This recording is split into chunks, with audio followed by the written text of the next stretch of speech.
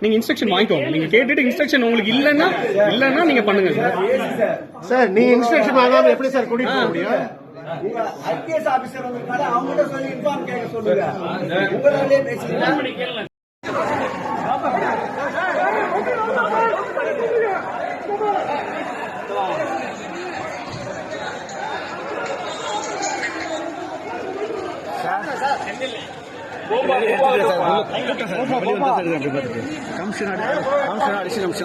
பேசுறீங்க.